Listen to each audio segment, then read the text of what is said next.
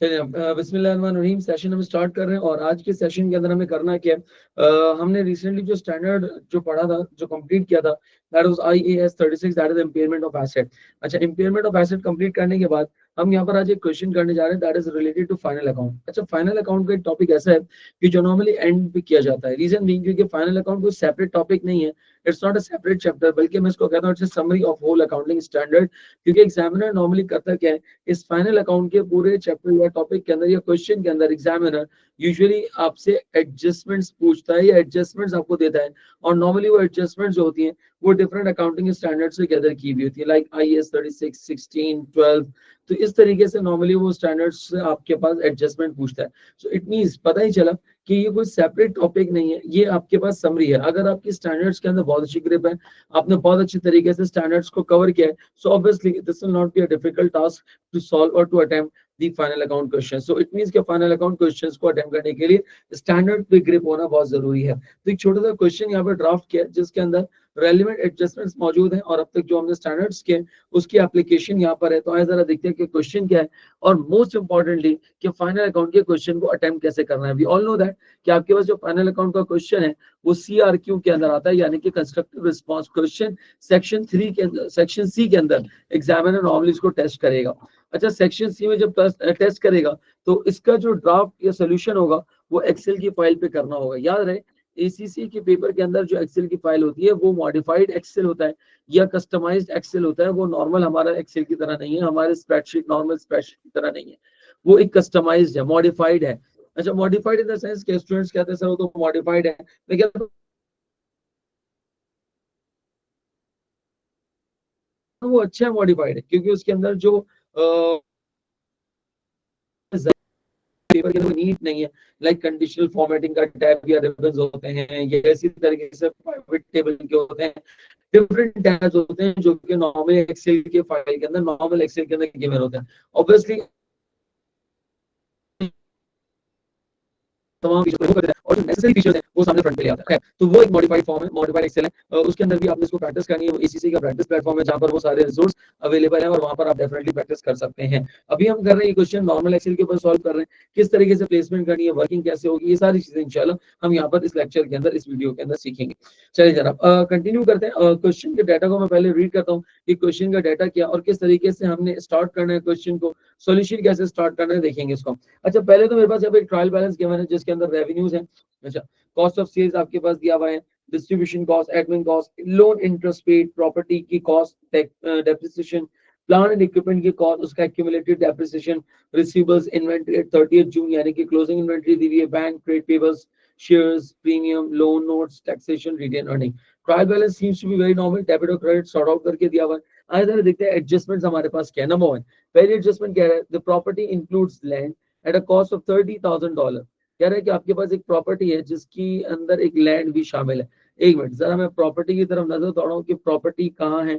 So property मेरे पास given है 1,50,000 की कॉस्ट मेरे पास गिवन है। If you can just see this one कि मेरे पास प्रॉपर्टी की कॉस्ट गिवन है और वो मेरे पास गिवन है, that is 1,50,000, this one, yes. ठीक है, ये मेरे पास कॉस्ट गिवन है 1,50,000। अच्छा, इसमें क्या रहा है कि आपके पास property includes land which cost $30,000, यानी कि इस प्रॉपर्टी के अंदर $30,000 की हमारे पास यहाँ पर क्या गिवन है, $30,000 की हमारे पास यहाँ पर लैंड गिवन है। अच्छा, फिर इसके बाद आगे चलते जरा, आगे क्या, the building is using depreciated. इसका मतलब अगर 30,000 की लैंड है तो ऑब्वियसली 1,20,000 की बिल्डिंग हो जाएगी।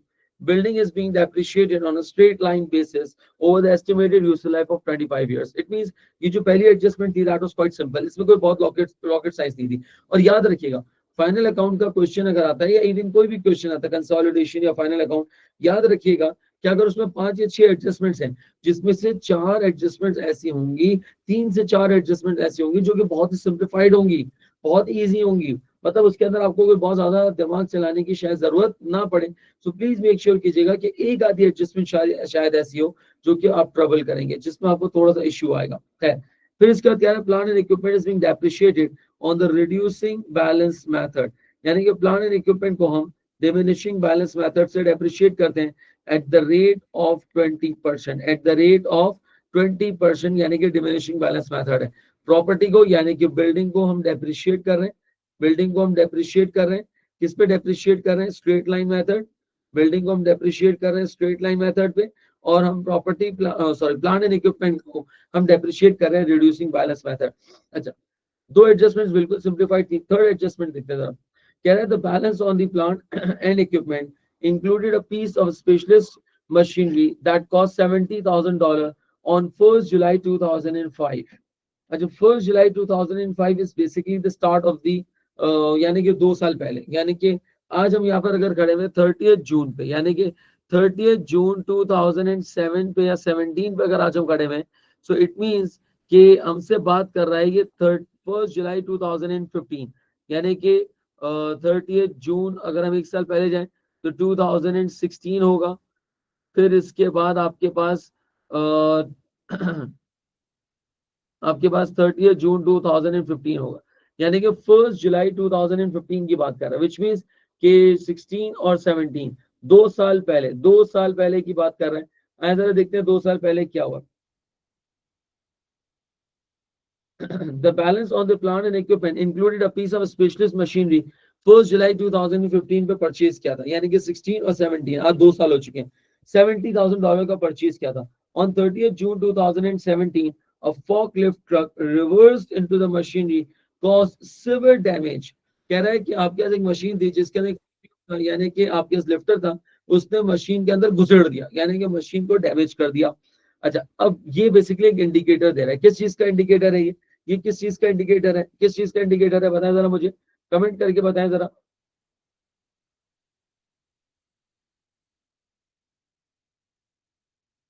जी, किस चीज का इंडिकेटर है, किस चीज का इंडिकेटर है ये?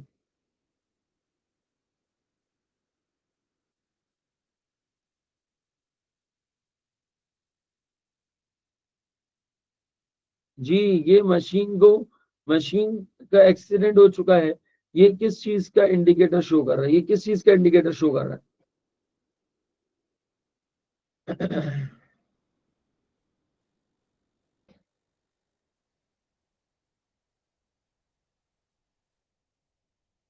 हेलो, डैमेज एसिड, इम्पेयरमेंट का, वेरी गुड राहीन, इम्पेयरमेंट का इंडिकेटर है, इट्स एन इम्पेयरमेंट इंडिकेटर कि मशीन डैमेज हो चुकी है। अच्छा, अब इसके बाद क्या कह रहा है, कह रहा है कि causing severe damage, he has identified 2 possible ways, 2 options नजर आ रहे हैं। नंबर 1, सेल द मशीन, यानी कि पहला ऑप्शन ये नजर आ रहा है कि आप मशीन को बेच दें, पहला ऑप्शन ये नजर आ रहा है कि आप मशीन को सेल कर दें, नंबर 1 पहला ऑप्शन। दूसरा ऑप्शन ये नजर आ रहा है कि रिपेयर द मशीन एंड, यानी कि आप मशीन को रिपेयर करें, मशीन को रिपेयर करें, और दूसरा काम क्या करें, मशीन को रिपेयर करें एंड यूज इट, आप उसको यूज करें। मुझे पता है सेल द मशीन का मतलब क्या देना चाह रहा है एग्जामिनर, मुझे क्या देना चाह रहा है, सेल द मशीन का मतलब क्या हिंट देना चाह रहा है एग्जामिनर, बताएं जरा मुझे, प्लीज पार्टिसिपेट कीजिएगा जल्दी जल्दी। सेल द मशीन का मतलब क्या हिंट देना चाह रहा है, क्या इंडिकेटर देना चाह रहा है?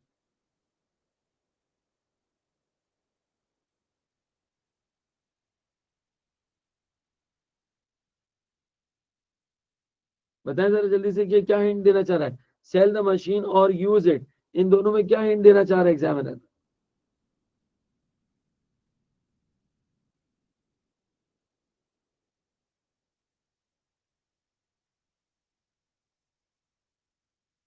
एबनॉर्मल लॉस ही है बेसिकली यहाँ पे, यानी कि एसिड डैमेज हो गया तो ये एबनॉर्मल लॉस ही है, यानी कि आपके पास इसको, इसी को तो हम इम्पेयरमेंट कहते हैं, decline in the value of acid, कि अगर आपके एसिड को कोई हिट पड़ी है तो डेफिनेटली राइन हमारे पास हुआ क्या होगा, एसिड की वैल्यू डिक्लाइन में होगी। So basically impairment loss is all about abnormal loss, तभी तो हम इसको अलग से रिकॉर्ड कर रहे हैं।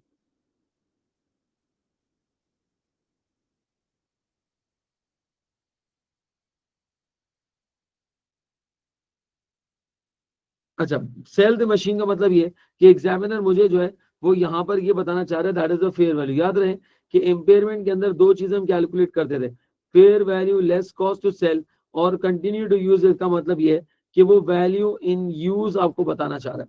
अच्छा, अब क्या कह रहा है, a potential buyer has been located, कह रहा है कि एक बायर हमने लोकेट किया है, एक बायर हमने लोकेट किया है। अच्छा, अब जब बायर हमने लोकेट किया है, वो has identified that she would pay 80% of the carrying amount at 30th June 2007, यानी कि 30 जून 2007 पे जो एसेट की कैरिंग अमाउंट होगी उसका 80% वो पे करेंगी। However, she has insisted that machine is repaired before she buys it, यानी कि रिपेयर हमको करा के देना पड़ेगा। The repair work will be done, आ जाओ, the repair work will be done, यानी कि रिपेयर का जो काम होगा will be done by Hume company, यानी कि कंपनी खुद जो है वो रिपेयर करा के देगी। And it will take 120 hours of skilled labour, यानी कि 120 घंटे लगेंगे उसको रिपेयर करने में। और जो लेबर की दिहाड़ी है दैट वुड कॉस्ट 2160, यानी कि टोटल कॉस्ट लेबर की इंकर करनी पड़ेगी, दैट इज 2160। है कोई जो मुझे बता सके? प्लीज पार्टिसिपेट करें कि ये आपके पास 2160 क्या इंडिकेट कर रहा है, क्या रिप्रेजेंट कर रहा है, ये 2160 क्या है कोई जो मुझे प्लीज गाइड कर सके, कोई बता सके मुझे ये 2160 क्या है? What is 2160? जी प्लीज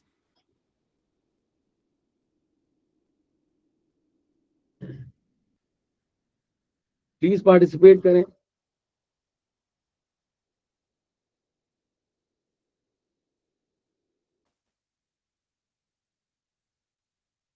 आप लोग नहीं बता रहे। 2160 क्या है मुझे बताएं जरा, ये व्हाट इज 2160?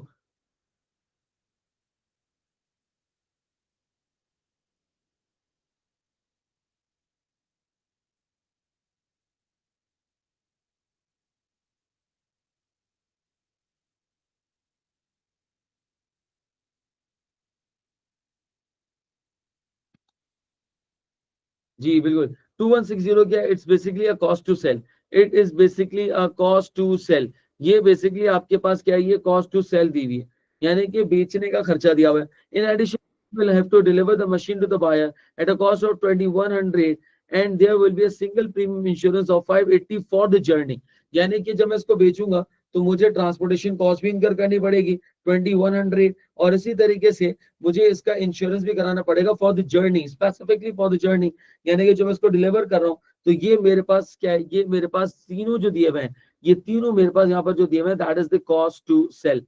ये बेसिकली बेचने का खर्चा दिया हुआ है, क्योंकि हमारा जो फॉर्मूला है that is fair value less cost to sell, इसको हम कंपेयर करते हैं with the value in use. अच्छा, ये fair value less cost to sell दे दिया। याद रहे कि ईयर एंड के ऊपर इस साल 30 जून 2007 के एंड पे एसिड है, एक स्पेशलाइज एसिड था, उसकी कॉस्ट 70,000 थी, वो डैमेज हो चुका है, और अब उसकी हम यहाँ पर डेफिनेटली इंपेयरमेंट टेस्टिंग करेंगे। इंपेयरमेंट टेस्टिंग कैसे कैलकुलेट करेंगे? कैरिंग अमाउंट को कंपेयर करेंगे with the recoverable amount. If carrying amount is higher so asset is set to be impaired. खैर, फिर इसके बाद कह रहे हैं कि हमने इसको अगर यूज किया तो यूज करके the financial controller estimated that the present value of future cash flow generated from the future use, यानी कि हमें खुद दे दिया गया, कह रहा है कि 31800, यानी कि 31,800, ये क्या दिया हुआ है सर? ये मुझे दिया हुआ है वैल्यू इन यूज, ये मुझे दिया हुआ वैल्यू इन यूज, डायरेक्टली मुझे अब कैलकुलेट करने की जरूरत नहीं है। वैल्यू इन यूज मुझे डायरेक्टली दिया हुआ है, मुझे present value of future cash flows कैलकुलेट करने की जरूरत नहीं है। अच्छा, all depreciation is charge to cost of sales. याद रखिएगा कि नॉर्मली अगर कोई डेप्रिसिएशन की इंफॉर्मेशन ना भी दी हुई हो तो ज्यादातर डेप्रिसिएशन कॉस्ट ऑफ सेल्स में चार्ज होते हैं, यानी कि एग्जामिनर एट टाइम्स इंफॉर्मेशन दे देता है कि डेप्रिसिएशन को रिकॉर्ड क्या करना है। तो उसका मतलब ये है कि डेप्रिसिएशन को हम रिकॉर्ड करेंगे कॉस्ट ऑफ सेल्स के अंदर। और याद रखिएगा, जहां डेप्रिसिएशन होगा, जहां डेप्रिसिएशन होगा वहीं उसका रेलेवेंट इंपेयरमेंट लॉस भी रिकॉर्ड होगा। अगर डेप्रिसिएशन कॉस्ट ऑफ सेल्स में रिकॉर्ड हो रहा है तो इंपेयरमेंट लॉस भी कॉस्ट ऑफ सेल्स में ही रिकॉर्ड होगा। जहां डेप्रिसिएशन जाएगा वहीं इसका इंपेयरमेंट लॉस भी रिकॉर्ड होगा, इफ एनी अगर है तो। अब हम जब कैलकुलेशन करेंगे तो पता चलेगा। अच्छा, लास्ट इंफॉर्मेशन कह रहे हैं the directors have estimated the income tax of 6500। Income tax आपके पास दिया हुआ है 6500। करना क्या है? हमें यहाँ पर इनकम स्टेटमेंट और बैलेंस शीट बनानी है। सर अब कैसे क्वेश्चन को स्टार्ट करें, क्या करें? याद है सबसे बेस्ट तरीका क्या है कि आप क्वेश्चन के अंदर सबसे पहले आप जो है वो इनकम स्टेटमेंट का फॉर्मेट बना लें, इनकम स्टेटमेंट का फॉर्मेट पूरा ड्राफ्ट कर लें, फिर उसके अंदर जो जो वैल्यूज रिक्वायर्ड होंगी उसमें से सर्च कर लेंगे। तो उसका मतलब ये कि इनकम स्टेटमेंट का फॉर्मेट हम ड्राफ्ट कर लेते हैं। अच्छा, इनकम स्टेटमेंट के अंदर by the way 6 main components है। कौन कौन से? एन सी आई, यानी कि N for that is net sales. मैं पहले करके आ रहा हूँ मैं एक्सेल की फाइल के ऊपर। याद रखिएगा पेपर के अंदर आपके पास एक ही शीट होगी जिसके अंदर पूरा काम करना होगा, पूरा काम परफॉर्म करना होगा। नेट सेल्स सबसे पहले आएगा, इसमें से हम माइनस कर देंगे कॉस्ट ऑफ गुड्स सोल्ड या कॉस्ट ऑफ सेल्स, तो आपके रिजल्टेंट आएगा that is known as what the gross profit. फिर इसमें से हम माइनस करेंगे ऑपरेटिंग एक्सपेंस। अच्छा, यहाँ पर ऑपरेटिंग एक्सपेंस का वर्ड यूज नहीं किया हुआ, यहाँ पर डिफरेंट एक्सपेंसेस दिए हुए like distribution and admin expenses, तो मैं इन्हीं को यूज करूंगा, मैं यही वर्डिंग यूज करूंगा, distribution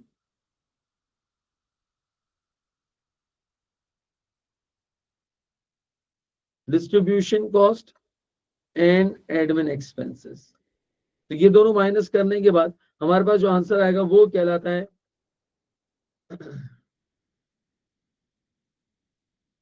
profit from operations. Profit from operations calculate करने के बाद फिर हम करेंगे क्या, ऐड कर देंगे अदर इनकम अगर कोई है तो, क्योंकि प्रॉफिट यानी कि फॉर्मेट क्या है, एनसीओओ, यानी कि आपने करा क्या, ऑपरेटिंग एक्सपेंस माइनस कर दिया, अदर इनकम को ऐड कर दिया। अब इसके बाद आपके पास यहाँ पर जो आंसर आएगा that would be known as what, PBIT, profit before interest and tax.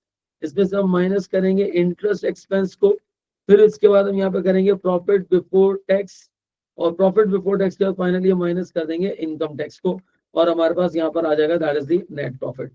तो इस तरीके से हमने फॉर्मेट यहाँ पर ड्रॉ कर लिया। अब फॉर्मेट ड्रॉ करने के बाद हमें नेक्स्ट काम क्या करना है, वैल्यूज को पुट ऑन करना है। कुछ वैल्यूज हमेशा इतनी स्ट्रेट फॉरवर्ड होगी कि वो डायरेक्टली आपके पास फॉर्मेट के अंदर जाएंगी, कोई कैलकुलेशन करने की जरूरत नहीं, like sales revenue.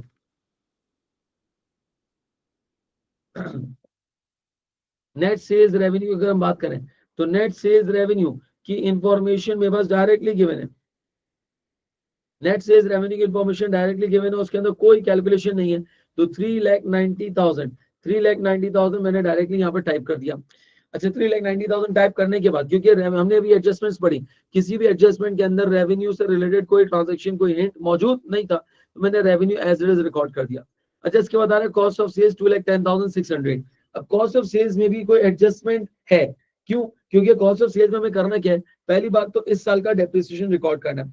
Sir depreciation तो ऑलरेडी दे रहा है ना, बिल्कुल दे रहा है, लेकिन ये दे रहा है एक्यूमुलेटेड डेप्रिसिएशन का ओपनिंग बैलेंस, यानी कि हमारे पास एक्यूमुलेटेड डेप्रिसिएशन का ओपनिंग बैलेंस का मतलब ये है कि इस साल का अभी तक हमने डेप्रिसिएशन चार्ज नहीं किया, तो हमें डेफिनेटली डेप्रिसिएशन कैलकुलेट करना पड़ेगा, कॉस्ट ऑफ सेल्स को अपडेट करना पड़ेगा। कॉस्ट ऑफ सेल्स ये अपडेटेड नहीं है, तो आइदर इसके लिए फिर एक काम करते वर्किंग। अब यहाँ पर मैं नीचे करने जा रहा हूँ वर्किंग वन। अच्छा, working one cost of goods sold. एक बात याद रखिएगा, पेपर के अंदर वर्किंग्स आर वेरी इंपॉर्टेंट, बहुत ही इंपॉर्टेंट है। बगैर वर्किंग के आप कोई भी काम नहीं करेंगे, और वर्किंग के अंदर भी आपने फॉर्मूलाज यूज करने हैं, कैसे भी मैं दिखाऊंगा आपको, आपने फॉर्मूलाज यूज करना है, फॉर्मूलाज को आपने यूज करना है, आपने वैल्यूज टाइप नहीं करनी। अगर आपने वैल्यूज टाइप की so that would be considered as incorrect. आपने फॉर्मूलाज को यूज करना है, यानी कि हर जगह पे लिंकिंग करनी, कैसे भी बताता हूँ आपको।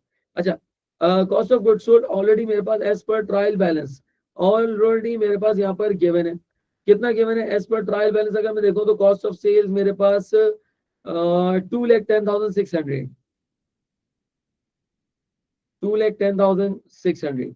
अब इसके अंदर कुछ एडजस्टमेंट्स करनी है, adjustments of what, like depreciation of property, यानी कि डेप्रिसिएशन ऑफ बिल्डिंग, इस साल का डेप्रिसिएशन भी मुझे कैलकुलेट करना है, depreciation of plant, depreciation of plant and equipment. अच्छा, अब डेप्रिसिएशन कैसे कैलकुलेट करेंगे, दो तरीके, या तो मैं अलग से जाके कैलकुलेट करूं, यानी कि उसकी अलग से वर्किंग करूं, या मैं यहीं पे फॉर्मूला लगा के भी कैलकुलेट कर सकता हूं। कैसे, मुझे बताएं कि प्रॉपर्टी की टोटल कॉस्ट 1,50,000, जिसमें मुझे पहली इंफॉर्मेशन दिया गया है कि लैंड की कॉस्ट 30 है, और हमें पता है कि हम लैंड को डेप्रिशिएट नहीं करते, तो 30,000 अगर मैंने एलिमिनेट कर दिया सो दैट वुड बी 1,20,000। तो मैंने ब्रैकेट ओपन किया 1,20,000 ब्रैकेट क्यों ओपन किया, एट टाइम ऐसा होता है मल्टीपल कैलकुलेशंस करनी होती है, तो ब्रैकेट के थ्रू हम उसको वहां पर बाइफिकेट करने की कोशिश करते हैं। खैर, वन नहीं भी लगाएंगे तब भी चलेगा। इक्वल्स टू, याद रखिएगा फॉर्मूला जब भी स्टार्ट होगा इक्वल्स टू से स्टार्ट होगा, इक्वल्स टू 1,20,000। अच्छा, life of the asset is 25 years divided by 25, और ब्रैकेट क्लोज, ये हमारे पास आ गया depreciation, that is the depreciation, that is the depreciation of building. ये हमारे पास बिल्डिंग का डेप्रिसिएशन हमने यहाँ पर कैलकुलेट कर लिया। अच्छा, अब इसके बाद नेक्स्ट काम क्या करना है, सर हमें प्लांट एंड इक्विपमेंट का डेप्रिसिएशन भी कैलकुलेट करना है। प्लांट एंड इक्विपमेंट में याद रखिएगा, एक प्लांट एंड इक्विपमेंट जिसकी कॉस्ट 70,000 थी वो डैमेज हो गया था। खैर, वो डैमेज हुआ ईयर एंड के बाद, तो उसका मतलब उस साल का डेप्रिसिएशन तो उसका नॉर्मली निकलेगा, मुझे इस साल के डेप्रिसिएशन में कोई चेंजेस करने की जरूरत नहीं है, उसको नॉर्मली निकालेंगे। हाँ, याद रखिएगा, एक मतलब अगर एसेट इम्पेयर हो जाता है, so after recognising an impairment loss asset will be depreciated at its recoverable amount over its remaining useful life. अगर यही एक्सीडेंट साल के शुरू में होता तो इसका मतलब मैं पहले इंपेयरमेंट लॉस कैलकुलेट करता और फिर रिकवरेबल अमाउंट पे इसको मैं डेप्रिशिएट करता। अभी फिलहाल ऐसा कुछ भी नहीं है, तो प्लांट एंड इक्विपमेंट का कंप्लीट प्लांट एंड इक्विपमेंट का डेप्रिसिएशन कैलकुलेट करेंगे। लेकिन प्लांट एंड इक्विपमेंट के अंदर एक बात देखने वाली है कि इसमें डिमिनिशिंग बैलेंस मेथड है, इसका फॉर्मूला है कॉस्ट माइनस एक्यूमुलेटेड डेप्रिसिएशन। अब देखिए मैं फॉर्मूला कैसे यूज कर रहा हूँ। प्लांट एंड इक्विपमेंट की जो कॉस्ट दी हुई that is 176,200 if I'm not wrong.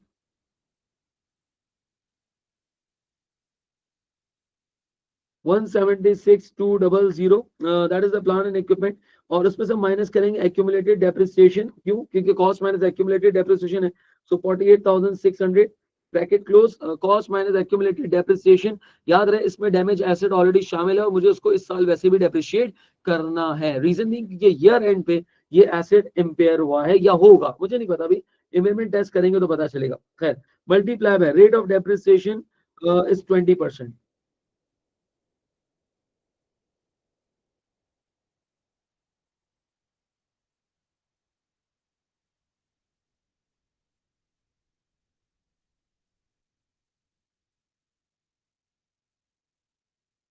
Rate of depreciation is 20%।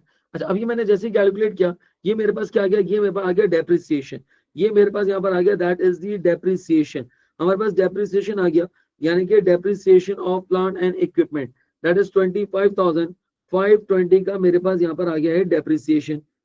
25,520 का मेरे पास यहाँ पर आ गया है that is the depreciation of plant and equipment, ये मेरे पास हो गया। अगर मेरे पास इंपेयरमेंट की कोई वर्डिंग्स ना होती तो उसका मतलब मेरी कॉस्ट ऑफ सेल्स की वर्किंग एडजस्ट हो गई। लेकिन वहां पे क्या रहा है कि इंपेयरमेंट, और मैंने क्या कहा, जहां डेप्रिसिएशन आएगा वहीं उसका इंपेयरमेंट लॉस रिकॉर्ड होगा। यानी कि मैं चाहूँ तो इंपेयरमेंट लॉस को एडमिन में भी रिकॉर्ड कर सकता हूँ और डिस्ट्रीब्यूशन में भी रिकॉर्ड कर सकता हूँ। बट नॉर्मली एग्जामिनर का पॉइंट ऑफ व्यू ये है कि जहां आप डेप्रिसिएशन को रिकॉर्ड कर रहे हैं वहीं पे आप उसका रेलेवेंट इंपेयरमेंट लॉस भी रिकॉर्ड करेंगे। इसका मतलब ये है कि इसका इंपेयरमेंट लॉस भी यहीं पे रिकॉर्ड होगा इफ एनी। मुझे नहीं पता कि इंपेयर हुआ या नहीं हुआ, लेकिन हमें उसका कैलकुलेट करना पड़ेगा। तो हम आ रहे हैं वर्किंग टू पे। वर्किंग टू याद रखिएगा, each and every line item should be worked out. आपने हर लाइन आइटम की वर्किंग करनी है। किसी भी जगह पे आपने जो है वो अपनी तरफ से वैल्यूज नहीं लिखनी। अपनी तरफ से मतलब ये कि आपने कैलकुलेटर में किया, रजिस्टर में या रफ पेपर पे आपने किया। पेपर में आपको रफ शीट दी जाएगी, लेकिन आपने रफ पेपर किया और आंसर्स को वहां पर आपने पोर्ट्रेट कर दिया या कॉपी कर दिया। This shouldn't be the case, this shouldn't be the case. आपको यहाँ पर करना क्या पड़ेगा, आपको यहाँ पर जो है वो प्रॉपर वर्किंग करके दिखानी पड़ेगी, फॉर्मूलाज दिखाने पड़ेंगे। अच्छा अब खैर इंपेयरमेंट लॉस कैसे कैलकुलेट करते हैं सर? इंपेयरमेंट लॉस कैलकुलेट करने के लिए we need two things. Number one, the carrying amount and the recoverable amount. Carrying amount of damage asset, damage asset की कैरिंग अमाउंट। क्या सारे प्लांट एंड इक्विपमेंट डैमेज हो गए? नहीं सर, हमें इंफॉर्मेशन दी गई थी कि हमारे पास एक प्लांट एंड इक्विपमेंट है जिसकी कॉस्ट 70,000 थी और वो हमने 2 साल पहले खरीदा था। इसका मतलब ये है कि मुझे 2 साल पहले का, यानी कि 2 साल का मुझे इसका एक्यूमुलेटेड डेप्रिसिएशन कैलकुलेट करना पड़ेगा। मुझे इसका 2 साल का डेप्रिसिएशन, ये रहा 70,000 मेरे पास यहाँ पर इसकी कॉस्ट है। मुझे इसका 2 साल का यानी कि 2006 और 2007 for the purpose of calculation of impairment loss मुझे इसकी कैरिंग अमाउंट चाहिए, विच मीन्स कि मुझे 2 साल का इसका डेप्रिसिएशन कैलकुलेट करना पड़ेगा, तो जाके मेरे पास उसकी कैरिंग अमाउंट आएगी। अच्छा अब यहाँ पर डिफरेंट तरीके हैं, अब कैसे कैलकुलेट करें? या तो मैं 2 साल का डेप्रिसिएशन अलग अलग कैलकुलेट करूं, ज्यादा आसान वही है। फॉर्मूला लगा के डायरेक्ट भी कैलकुलेट कर सकता हूँ, थोड़ा सा दिमाग चलाना पड़ेगा। अगर चलता है तो वैलिड कोड, नहीं चलता तो ज्यादा मत चलाइएगा, बाहर आ जाएगा। क्या मतलब? देखिए 20% रिड्यूसिंग बैलेंस मेथड है, इसका मतलब 20% से डेप्रिशिएट होगा। तो पहले साल जब 20% से डेप्रिशिएट होगा तो कितना परसेंट बच जाएगा? 80%। तो उसका मतलब ये है कि मैं 20% डेप्रिसिएशन कैलकुलेट करूं, फिर उसको कॉस्ट में से माइनस करूं, तो मेरे पास 80%, यानी कि जो आंसर आएगा that would be equal to 80%। अगर आपको यकीन नहीं आता तो मैं करके दिखाता हूँ। लाइक अगर मेरे पास कॉस्ट है 70,000, मैं आपको शॉर्टकट सिखा रहा हूँ। देखिए अगर पेपर में ना कर सके कोई इशू नहीं है, अब लेंदी वर्किंग करें, मैं दोनों तरीके से आपको करके दिखा देता हूँ। अगर मैंने इसका 20% निकाला, लेट से मैं आपको करके दिखा देता हूँ। चलिए 70,000 इज द कॉस्ट, और मैं कर क्या रहा हूँ, मैंने कहा कि यार ये 70,000 की कॉस्ट है, मल्टीप्लाई बाय आपने कहा कि 20% से डेप्रिशिएट होगा। 20% डेप्रिसिएशन का मतलब 14,000 का डेप्रिसिएशन होगा फॉर द ईयर 1। अच्छा अब 70,000 अगर उसकी कॉस्ट है, 70,000 अगर उसकी कॉस्ट है, इसमें से 14,000 ये हो गया, तो अब मैं इसमें से माइनस कर दूंगा। इक्वल्स टू 70,000 पे मैं सेल लेकर आया, माइनस का साइन दबाया, और 14,000 में लिंक कर दिया, दैट इज कि पहले साल के एंड पे इसकी कैरिंग अमाउंट हो जाएगी 56,000, राइट। अच्छा, अब ये 56,000 में डायरेक्टली कैलकुलेट कर सकता हूँ, कैसे भाई 70,000 है, 20% से डेप्रिशिएट हो गया तो कितना परसेंट बच गया, 80%, तो multiply by 80%, so that is 56,000। Are you getting the point? So इस तरीके से भी मैं कर सकता हूँ उसको, लेकिन मुझे निकालना है 2 साल के बाद की कैरिंग अमाउंट। 2 साल के बाद यानी कि अब मैं करूंगा क्या, अगेन इस 56,000 को फिर डेप्रिशिएट करूंगा 20% से, फिर उसके बाद उसको माइनस करूंगा तो मेरे पास दूसरे साल की कैरिंग अमाउंट आएगी। लाइक अब मैं यहाँ पे करूंगा क्या, अगले साल का फिर डेप्रिसिएशन कैलकुलेट करूंगा, दैट इज मल्टीप्लाई बाय 20%, और 20% कैलकुलेट करने के बाद फिर मैं इसको 56,000 में से माइनस कर दूंगा। So yes, this is the carrying amount, that is 44,800। 44,800 ये मेरे पास क्या है, ये उस डैमेज एसेट की कैरिंग अमाउंट है, ये उस डैमेज एसेट की कैरिंग अमाउंट है।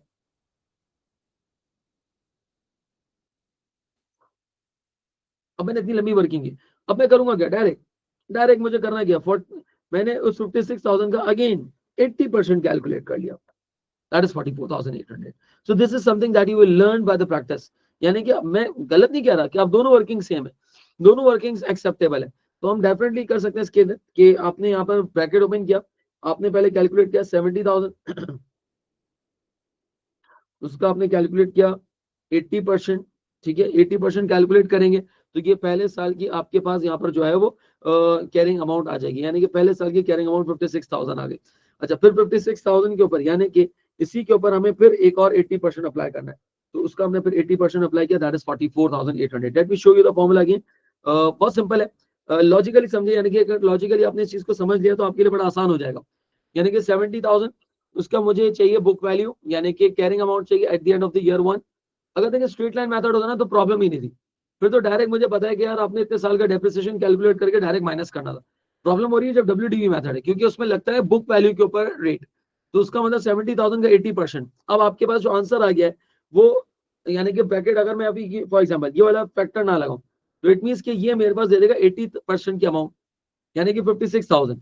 अब मुझे इसका भी 80% चाहिए क्योंकि अगले साल ये 20% से और डेप्रिशिएट होगा, तो मैंने इसी के ऊपर लगा दिया 0.83%, तो ये आपके पास आ गया, that is 44,800, that is the carrying amount. याद रखिएगा ये एक्सेप्टेबल है, फॉर्मुलाज लगाने आपने, ऐसा ना हो कि आपने रफ पेपर पे कैलकुलेट किया और जाके आपने एक्सेल के ऊपर वैल्यू टाइप कर दी 44,800, this will not be acceptable at all.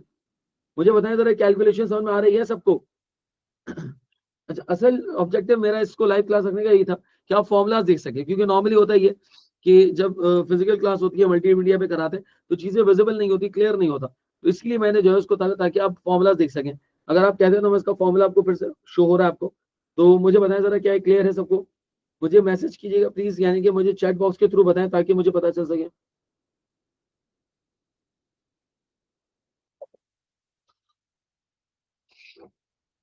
जी, मैं आप लोगों से ही मुखातिब हूँ और आप लोगों को ही पढ़ा रहा हूँ, तो प्लीज मुझे बताएं जरा, नोटिफाई कीजिएगा कि वेदर इट इज क्लियर और नॉट। गुड रहीम। अच्छा, तो ये हमने 80% यहाँ पे कैलकुलेट कर लिया, that is 44,800। It's a carrying amount of a damage asset. Recoverable amount is the higher of what, दो चीजें हमारे पास, नंबर वन एक तो है वैल्यू इन यूज जो कि हमें स्ट्रेट अवे गिवन है, और इसके अलावा दूसरा है that is the fair value less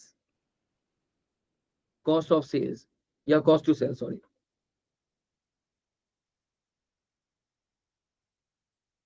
अच्छा, सबसे पहले वैल्यू इन यूज, अगर मैं क्वेश्चन के अंदर देखूं तो मेरे पास value in use already given है, and the value in use is 31,800, right. 31,800 is the value in use, 31,800 हमारे पास दिया हुआ वैल्यू इन यूज। सो 31,800 ये हमारे पास आ गया, that is the value in use. थोड़ा सा मैं इस वर्किंग को नीचे कर लेता हूँ क्योंकि अगर एसिड इंपेयर हुआ तो इंपेयरमेंट की भी देनी है। अच्छा, इसके बाद fair value less cost to sell. Fair value मेरे पास क्या दे रहा है, कह रहा है कि potential buyer has been located who has indicated that she would 80% of the carrying amount. इसका मतलब जो कैरिंग अमाउंट हमने कैलकुलेट किया है उसका 80% उसकी फेयर वैल्यू होगी। अच्छा, अब मैं चाहूं तो डायरेक्टली कैलकुलेटर में कैलकुलेट करके आंसर या वैल्यू टाइप कर सकता हूं, नहीं, you have to link the cells. मैं आपको बेनिफिट बताऊंगा इसका, आपने सारे सेल्स को, मैं पूरी शीट ऐसे कनेक्ट करूंगा कि एक एक लाइन आइटम आपके पीएनएल और बैलेंस शीट से कनेक्टेड होगा। अगर गॉड फॉरबिड आपने एक भी गलती की होगी, कोई मसला नहीं, कोई इश्यू नहीं है। फॉर एग्जाम्पल आपने डेप्रिसिएशन अगर गलत कैलकुलेट किया होगा, आप एक सेल में सिर्फ चेंज करेंगे और पूरी शीट ऑटोमेटिकली अपडेट हो जाएगी। आपको रैंडमली या पर्सनली या आपने खुद जाके मैनुअली अपडेट करने की जरूरत नहीं पड़ेगी। तो द कैरिंग अमाउंट इज 44,800 और उसका हमने कैलकुलेट करना है 80%, क्योंकि मैडम ये कह रही हैं कि 80% की अमाउंट पे करूंगी। I guess 80% if I am not wrong, yes 80% of the carrying amount, यानी कि 30 जून 2007 पे उसकी कैरिंग अमाउंट थी 44,800 और इन्होंने 80% पे करना। But this is not the end. So fair value minus less cost to sell, यानी कि आपने इसको पहले ब्रैकेट में बंद कर दिया कि ये आपकी फेयर वैल्यू हो गई 80%, ये इसकी फेयर वैल्यू हो गई माइनस। अब जो कॉस्ट टू सेल है, कॉस्ट टू सेल क्या क्या है? नंबर वन, सबसे पहले लेबर को चार्जेस देने पड़ेंगे, दैट इज 2160 माइनस, फिर उसके बाद आपके पास एक और कॉस्ट इनकर करनी पड़ेगी, that is the transportation 2100, it's a cost to sell, and a single insurance premium for the journey will also be paid 580, that is 580। तो हमने यहाँ पर इसको 580 को माइनस कर दिया, and by this now we have the fair value less cost to sell. जी क्या ये कैलकुलेशन सबको क्लियर है? वैल्यू इन यूज मैंने एज इट इज लिख दी क्योंकि जो गिवन थी, और fair value less cost to sell हमें कैलकुलेट करना था। प्लीज नोटिफाई मी, क्या ये बात समझ में आ रही है?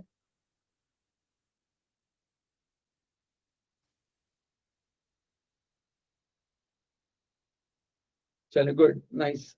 फिर आगे चलते जाना, इसको मैंने एंटर किया। अब what is recoverable amount? Recoverable amount, recoverable amount, recoverable amount क्या? Recoverable amount is the higher of, higher of, मुझे पता है वैल्यू इन यूज हायर है या फिर value less cost to sell, obviously value in use हमारे पास higher आ रही है, that is 31,800, 31,800। So this would be considered as a recoverable amount. अब ये कैसे करना है? मैं चाहूँ तो यहाँ पे 31,800 टाइप कर रहा हूँ, देखें ये मैं टाइप कर रहा हूँ, please don't do that, don't do that. आप अपने सेल्स को लिंक करें। कैसे लिंक करूंगा? मैं यहाँ पर प्रेस करूंगा इक्वल्स टू का साइन, इक्वल्स टू का साइन प्रेस करके जिस सेल को मुझे लिंक करना है उस पर क्लिक करूंगा। लाइक मुझे इस वाले सेल को क्लिक करना है, दिस वन, इसको मैंने यहाँ पे कर दिया और एंटर। तो ये इसने सेल को उठा लिया। अब होगा क्या पता है इससे? अगर मेरी फॉर एग्जाम्पल वैल्यूज में चेंज आ जाता है या कोई मैंने गलती कर दी है, मैं एक जगह पे चेंज करूंगा ऑटोमेटिकली सारी चीजें चेंज हो जाएंगी। फॉर एग्जाम्पल अगर मैं कहता हूँ कि नहीं यार वैल्यू न्यूज गलत लिख दी मैंने, स्लिप ऑफ आइज हो गया, इट शुड हैव बीन 32,000, आपने 32,000 यहाँ पे चेंज किया, ऑटोमेटिकली रिकवरेबल अमाउंट और आपके पास इंपेयरमेंट लॉस सारी चीजें ऑटोमेटिकली अपडेट हो जाएंगी। Are you getting the point? So 31,800 is the recoverable amount. अच्छा ये रिकवरेबल अमाउंट हमने कैलकुलेट कर ली। An asset is said to be impaired, an asset is said to be impaired if the carrying amount is greater than recoverable amount। जी हाँ, carrying amount ज्यादा है recoverable amount से, so there is an impairment loss of 13,000, there is an impairment loss of 13,000, 13,000 का impairment loss है। अच्छा अब ये 13,000 का impairment loss हमें करना क्या है? कॉस्ट ऑफ सेल्स में पुट करना है। अब पुट करने के लिए एक तरीका कि मैनुअली टाइप कर दूं, एक मुझे सेल को लिंक करना है। अच्छा सेल को लिंक करने के भी दो तरीके, एक तो इक्वल्स टू का साइन प्रेस किया और आप उस रेलेवेंट सेल पे गए एंटर दबा दिया, या दूसरा ये कि आप उसका सेल नंबर नोट करें। लाइक अगर मैं इस इम्पेयरमेंट लॉस का सेल नंबर देखूं 13,000 का, सो ये पी के कॉलम में आ रहा है और P35 आई गेस, यस P35, P35, तो मैं इक्वल्स टू P35 करूंगा तो ऑटोमेटिकली अगर आप देखेंगे तो उसने उस कर्सर को उस सेल को सिलेक्ट कर लिया। तो मैं जाके उसका सेल नंबर उसका एड्रेस टाइप कर दूं तो वहां पे भी उसको उठा लेगा, यानी कि P35 लिख के एंटर किया तो रिकवरेबल अमाउंट आपके पास यहाँ पर आ गई, that is 13,000, sorry impairment loss आपके पास आ गया, दैट इज 13,000। तो ये इम्पेयरमेंट लॉस हमने कैलकुलेट कर लिया। याद रहे ये सारे एक्सपेंसेस हैं, ये सारे क्या है? एक्सपेंसेस हैं, लॉसेस हैं, एक्सपेंसेस और लॉसेस हैं। और याद रखिएगा ये सारे एक्सपेंसेस आपके एक्सपेंसेस इंक्रीज कर रहे हैं और cost of sales is nature of expense, it's an expense nature, so it means definitely कि कॉस्ट ऑफ सेल्स भी आपके पास इंक्रीज होगा। तो इन सबको हम कर देंगे ऐड। अच्छा अब ऐड आपने कैलकुलेटर पे टाइप करके नहीं लिखना, आप ये फॉर्मूला लगाएंगे सम का, equals to sum bracket open और इन तमाम वैल्यूज को आपने कर दिया सेलेक्ट, ब्रैकेट क्लोज। सो ये आपके पास आ गया, that is the cost of sales.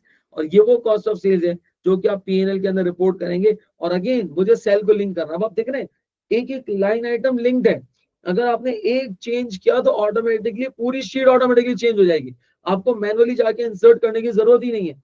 253920, अब मैं सेल नंबर नोट कर लेता हूँ, ये P28 पे आ रहा है, आप देखें P के कॉलम है और 28 इज द रो, तो P28। अब मैं करूंगा क्या, मैं यहाँ पे इक्वल्स टू, और चूंकि कॉस्ट ऑफ सेल्स माइनस होता है तो माइनस का साइन प्रेस करूंगा, bracket open, I repeat P minus का साइन, ब्रैकेट ओपन, और यहाँ पर P28 आई गेस जो है वो मेरा सेल नंबर था और मैंने P28 लिख दिया, तो ये वैल्यू माइनस के साथ आ जाएगी। जी यहाँ तक क्लियर है?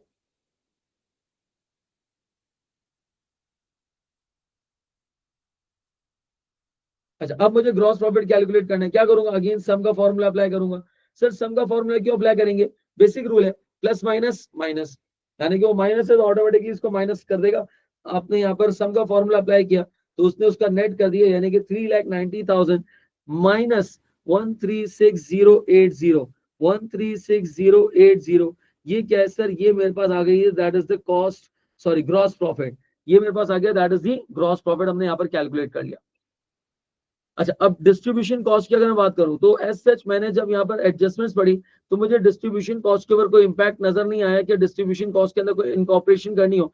तो it means distribution cost as it is हम यहाँ पर इनकम स्टेटमेंट के अंदर टाइप कर देंगे, दैट इज 6,800, अगेन एक्सपेंस है तो माइनस का साइन दबाएंगे और ब्रैकेट ओपन 6,800 ब्रैकेट क्लोज, तो इस वैल्यू को हमने माइनस के साइन के साथ मल्टीप्लाई कर दिया।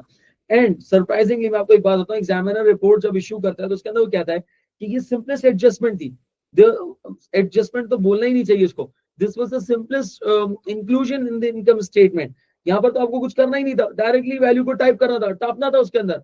तो इसका मतलब ये है कि ये 6,800 आपके पास डिस्ट्रीब्यूशन कॉस्ट आ रही है, और ये डिस्ट्रीब्यूशन कॉस्ट को आपने जब यहाँ पे रिकॉर्ड किया, you will be getting some marks for this one as well.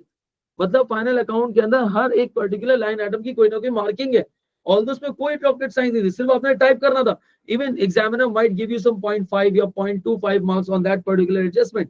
तो इसका मतलब ये है कि जो आपके पास इजीएस्ट एडजस्टमेंट है आप उसको फॉरन कर दें।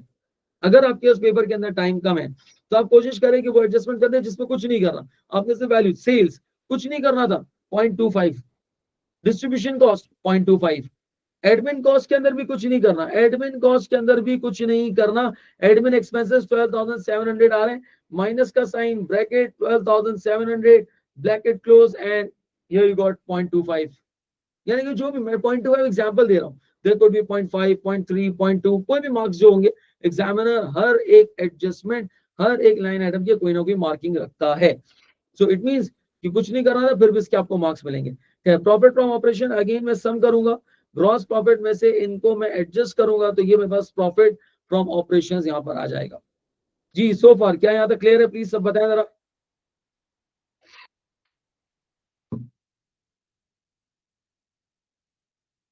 जी मरियम, राहीन, अली।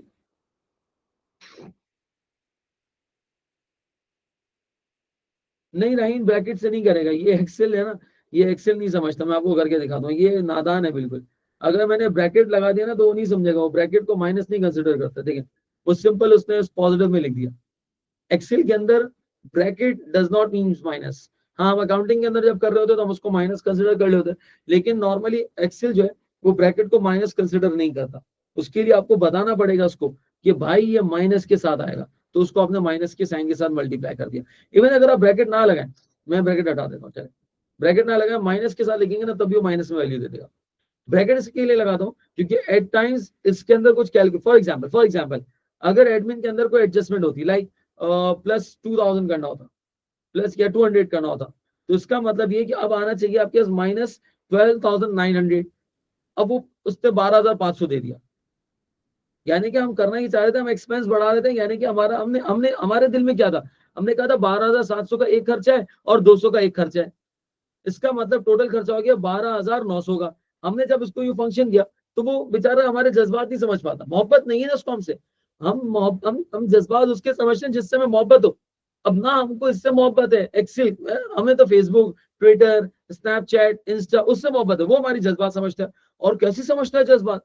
कि आप जो सोच रहे होते हैं एट टाइम्स आर्टिफिशियल इंटेलिजेंस करता क्या है, वही चीजें वही वीडियोस आपके सामने स्क्रॉल करना शुरू कर देता है। For example if a person is thinking about some food, अगर वो खाने का सोच रहा है तो करता क्या है, कैसी मोहब्बत है, वो आपके दिल आपके दिमाग के साथ कैसे कनेक्टेड है कि वो आपके दिल की बात सुनता है और आपको फूड से रिलेटेड व्लॉग्स दिखाना शुरू कर देगा, फूड से रिलेटेड आपको जो है वो सारी चीजें देना शुरू कर देगा। If you are thinking about the cricket, so it means cricket से रिलेटेड, मतलब थोड़े ही मिनट्स के बाद वो आपके पास जो है वो क्रिकेट से रिलेटेड आपको इन्फॉर्मेशन या कोई ना कोई वीडियोस रील्स वगैरह शो करना शुरू कर देगा। लेकिन ये एक्सेल, इससे तो हमारा कोई रिश्ता ही नहीं है, हट दत्त तेरे की, तो इससे तो हमारी मोहब्बत ही नहीं है, ये जज्बात नहीं समझता, उसको समझाना पड़ता है। देख भाई, ये जो आपके पास यहाँ पर हमने किया है, हमने एक्सपेंस बढ़ाया, तो उसके लिए करना क्या पड़ेगा, हम इसको ब्रैकेट में क्लोज करेंगे। अब देखो कैसा जादू होगा, हम ब्रैकेट के अंदर क्लोज करेंगे कि 12,700 प्लस 200, पहले इन दोनों को प्लस कर, बॉडमास का रूल याद होगा बचपन में आप लोग जब छोटे छोटे थे, आई मीन तो ज्यादा छोटे हो गए, मतलब थोड़े बड़े होंगे, तो आपने 12,700 प्लस 200 पहले ब्रैकेट को सॉल्व करना है। तो वो अब एक्सेल करेगा क्या, 12,700 प्लस 200 दैट इज 12,900, और उसको माइनस की साइन के साथ मल्टीप्लाई कर देगा 12,900।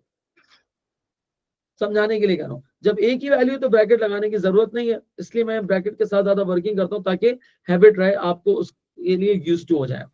Are we clear? Raheen, are you clear with this one?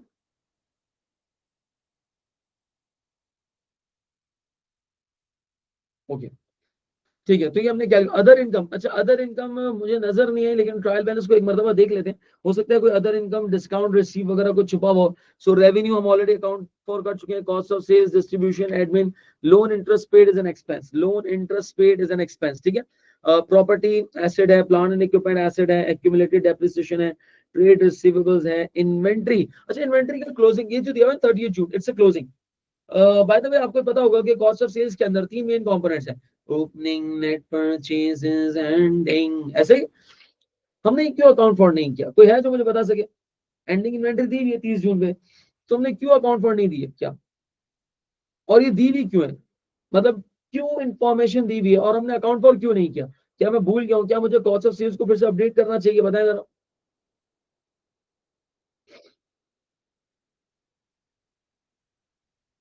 Ji participate करें जरा। मेरा सवाल ये है कि यहाँ पे दी हुई है इन्वेंट्री क्लोजिंग, हमने उस इन्वेंट्री क्लोजिंग को अभी अकाउंट फॉर क्यों नहीं किया, मतलब हमने उसको इनकम स्टेटमेंट के अंदर, कॉस्ट ऑफ गुड्स सोल्ड के अंदर हमने इसको अकाउंट फॉर नहीं किया, क्यों, पहला सवाल। दूसरा सवाल, तो ये दी हुई क्यों है, why this closing inventory is given in the question. जी मैं आप लोगों से पूछ रहा हूँ, प्लीज बताएं जरा। नाइस, वेरी गुड राहीन, एक्सेलेंट, शाबाश। सर ये करंट एसेट्स के लिए दी हुई है, for balance sheet, very good. ये आपके पास एंडिंग इन्वेंट्री या क्लोजिंग इन्वेंट्री आपके पास यहाँ पर जो है ये इनकम स्टेटमेंट में भी आती है, कॉस्ट ऑफ सेल्स में भी आती है, बट द थिंग इज कि इस क्वेश्चन के अंदर एग्जामिनर ने आपको कॉस्ट ऑफ सेल्स की वैल्यू डायरेक्टली दे दी है, जिसमें हमारी अजम्पशन होगी, अजम्पशन क्या होगी, अजम्पशन होगी कि इसमें ऑलरेडी एंडिंग इन्वेंट्री एडजस्टेड है। हाँ, अगर एग्जामिनर आपको ये कॉस्ट ऑफ सेल्स डायरेक्टली नहीं देता, ओपनिंग इन्वेंट्री देता, एंडिंग इन्वेंट्री देता, परचेजेस देता, तो मुझे पूरा कॉस्ट ऑफ सेल्स खुद से ड्राफ्ट करना पड़ता है, कैलकुलेट करना पड़ता, बट सो फार मुझे अभी फिलहाल कॉस्ट ऑफ सेल्स को अलग से कैलकुलेट करने की बिल्कुल भी जरूरत नहीं है। क्या ये बात समझ में आ रही है? तो उसका मतलब अभी फिलहाल मुझे इसका काम नहीं है। ट्रेड रिसीवर्स आपके पास एसेट है, बैंक बैलेंस शीट में जाएगा, पेबल, लाइबिलिटी, इक्विटी, परफेक्ट हो गया। इसका मतलब ये कि मेरे पास अदर इनकम भी गिवन नहीं है, तो हम उसको मार्क कर देते हैं एज अ जीरो, और profit before interest and tax हम कैलकुलेट करेंगे, यानी कि this minus, sorry plus this other income. सही, तो जीरो फिर क्यों क्या कर देना, हो सकता है कि बाद में आपको कोई नजर आ जाए और आपने अदर इनकम के अंदर ऐड किया, फॉर्मूला लगा हुआ होगा तो ऑटोमेटिकली इनकम स्टेटमेंट खुद अपडेट हो जाएगी। खैर अब चाहिए मुझे इंटरेस्ट एक्सपेंस, क्या इंटरेस्ट एक्सपेंस है, हाँ। अच्छा एक चीज, यहाँ पे लोन नोट दे रहा है $40,000 का, उसके ऊपर क्या है, और ये लोन नोट इसी साल के शुरू में 1 जुलाई 2006 के अंदर आपके पास ये लोन नोट इश्यू हुआ था, इसके अंदर आपके पास यहाँ पर दे रहा है 12% लोन नोट। इसका मतलब ये है कि अगर मैं इंटरेस्ट एक्सपेंस कैलकुलेट करूं तो 40,000 multiply by 12%, this will make 4,800, यानी कि 4,800 का मेरा इंटरेस्ट एक्सपेंस बनता है, 4,800 का मेरा इंटरेस्ट एक्सपेंस बनता है। लेकिन ऊपर एक दिया हुआ है इंटरेस्ट पेड, इंटरेस्ट पेड क्या मतलब कि आपने लोन इंटरेस्ट पे किया 3,600। अब ये इंडिकेट क्या कर रहा है, गौर से सुनिएगा, गौर से सुनिएगा। इसका मतलब ये है कि आपका इंटरेस्ट बनता तो 4,800 है, जिसमें से आपने 3,600 इंटरेस्ट पे कर दिया है। याद रखिएगा, एक्सपेंस वो भी है जो पे कर दिया, और एक्सपेंस वो भी है जो आपने पे नहीं किया। जो पे कर दिया वो है कैश एक्सपेंस, जो पे नहीं किया वो है अक्रूड एक्सपेंस। इसका मतलब ये है कि हम पीएनएल के अंदर जब एक्सपेंस रिकॉर्ड करेंगे तो हम पूरा 4,800 रिकॉर्ड करेंगे, जिसमें से 3,600 पे कर दिया। 4,800 में से आपने 3,600 का इंटरेस्ट ऑलरेडी पे कर दिया। तो अगर मैं इसका बैलेंस कैलकुलेट करूं, सो 4,800, 4,800 माइनस 3,600, विच मीन्स के 1,200 है। कोई जो मुझे बता सके कि ये 1,200 क्या है और कहां पर आएगा? ये 1,200 क्या है और कहां पर आएगा? जी लेडीज एंड जेंटलमैन, प्लीज मुझे बताएंगे जरा कि 1,200 क्या है और कहां पर आएगा जी।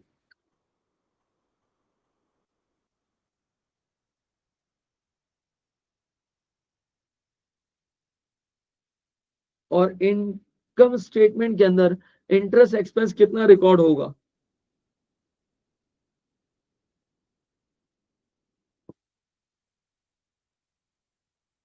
Very good, very good. जी बिल्कुल नहीं। ये जो आपके 1,200 है ये लाइबिलिटी है, ये लाइबिलिटी है। यानी कि 4,800 का इज द इंटरेस्ट एक्सपेंस, जिसमें से 3,600 you have already paid it. So 1,200 का आपके पास जो बैलेंस आ रहा है that is considered to be the liability, और वो करंट लाइबिलिटी के अंदर शो करेंगे। इनकम स्टेटमेंट के अंदर पीएनएल के अंदर जो हम बना रहे हैं, इंटरेस्ट एक्सपेंस कितना रिकॉर्ड करूं बताएं जल्दी से जरा। पीएनएल के अंदर इंटरेस्ट एक्सपेंस कितना रिकॉर्ड करूं बताएं जरा जल्दी से। कितना रिकॉर्ड करें? 3,600 रिकॉर्ड करेंगे या हम 4,800 रिकॉर्ड करेंगे या 1,200? जल्दी से बताएं जरा। पीएनएल के अंदर इनकम स्टेटमेंट के अंदर इंटरेस्ट एक्सपेंस कितना रिकॉर्ड होगा? वेरी गुड राहीन, 4,800 का ही रिकॉर्ड होगा। 4,800 का ही रिकॉर्ड होगा और माइनस के साथ होगा। तो मैंने अगेन माइनस का साइन लगाया, ब्रैकेट ओपन, 40,000, और उसके ऊपर हमने कैलकुलेट किया that is 12% I guess. Yes 4,800। So ये माइनस के साथ आपका 4,800 आ गया। प्रॉफिट बिफोर टैक्स कैलकुलेट करेंगे, profit before interest and tax, और इसके साथ हम सम का फॉर्मूला लगा देंगे। अब मुझे माइनस लगाने की जरूरत नहीं है क्योंकि माइनस ऑलरेडी वैल्यूज के साथ लगा हुआ है, तो मैं सम का फॉर्मूला लगाऊंगा। याद रखिएगा प्लीज, ऐसा ना हो कि आप एक और माइनस लगा दें, वो माइनस माइनस प्लस कर देगा उसको। तो हमने सम का फॉर्मूला लगाया, यानी कि दोनों को ऐड कर दो। ऐड जब करेगा तो ऑटोमेटिकली वो माइनस का साइन लगा हुआ है, तो उसको उसने वहां पर माइनस कर दिया। जी क्या यहाँ तक बात समझ में आती है एवरीवन प्लीज?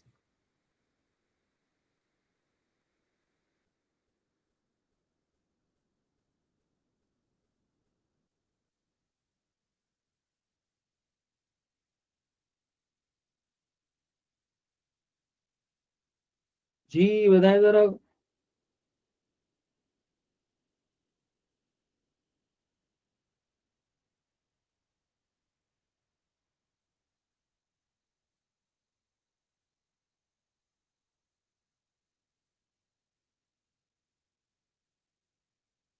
कौन सा फॉर्मूला मिक्स हो जाएगा? किस कौन से फॉर्मूले की बात कर रही हैं? कौन से फॉर्मूले की बात कर रही हैं? इंटरेस्ट एक्सपेंस की? नहीं नहीं नहीं नहीं, इसको सिंपल रखें, सिंपल रखें। कोई फॉर्मूला मिक्स नहीं हो जाएगा इसके अंदर। देखिए बेसिक रूल याद रखिएगा एक्सेल का, इट्स ऑल अबाउट एक्सेल। ये एक्सेल की स्किल्स है, इसलिए मैंने ये क्लास रखी है कि बहुत सारे स्टूडेंट्स को एक्सेल पे इतनी कमांड नहीं होती। याद रखिएगा कि बेसिकली जब मैं सम का फॉर्मूला अप्लाई करता हूँ ना, वो इन दोनों को ऐड करता है। अब एलजेब्रा का ये मैथ्स का रूल है कि आप जब सम कर रहे हैं तो सम करने का मतलब ये है कि प्लस माइनस माइनस। अब मैं आपको एग्जांपल देता हूँ। फॉर एग्जांपल अगर मैंने उसको माइनस किया, यानी कि 116,580 माइनस 4,800, अब देखिए हो क्या रहा है। ये 4,800 माइनस के साथ है और एक माइनस आपने अलग से लगाया, तो माइनस माइनस क्या हो जाएगा? प्लस। अब ये दोनों वैल्यूज को प्लस कर देगा। तो आपने करना क्या, आपने हर जगह सम का फॉर्मूला अप्लाई करना है। कहीं पे भी मैंने माइनस नहीं किया, कहीं पे भी मैंने माइनस नहीं किया। इधर देखें, प्रॉफिट फ्रॉम ऑपरेशन सम का फॉर्मूला लगाया, ग्रॉस प्रॉफिट सम का फॉर्मूला लगाया, क्योंकि हम ये पूरी इनकम स्टेटमेंट के अंदर टोटल मार रहे हैं। बस आपने करना ये है कि जो एक्सपेंसेस है उसको माइनस के साथ लिखना है। फॉर्मूला हमेशा सम का लगेगा, फॉर्मूला हमेशा सम का लगेगा। सम, ब्रैकेट ओपन, इन दोनों को सेलेक्ट किया, ब्रैकेट क्लोज, खत्म, खलास।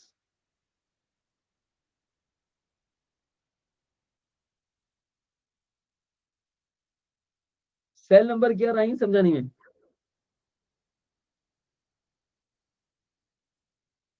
आपने एक्सपेंसेस को माइनस के दो काम इंश्योर करने हैं आपने।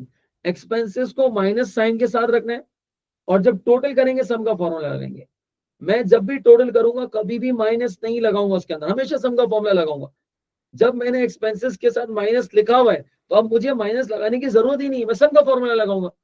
Very simple, very simple, and this will bring a Dimple. क्या है, मेरी बात समझ में आ रही है मैं क्या कह रहा हूं?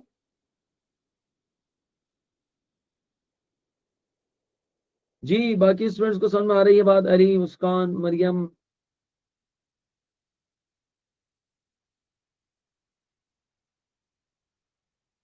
अच्छा, अब आते हैं जरा इनकम टैक्स के ऊपर। इनकम टैक्स के ऊपर, अच्छा इनकम टैक्स क्या है और इनकम टैक्स एक्सपेंस।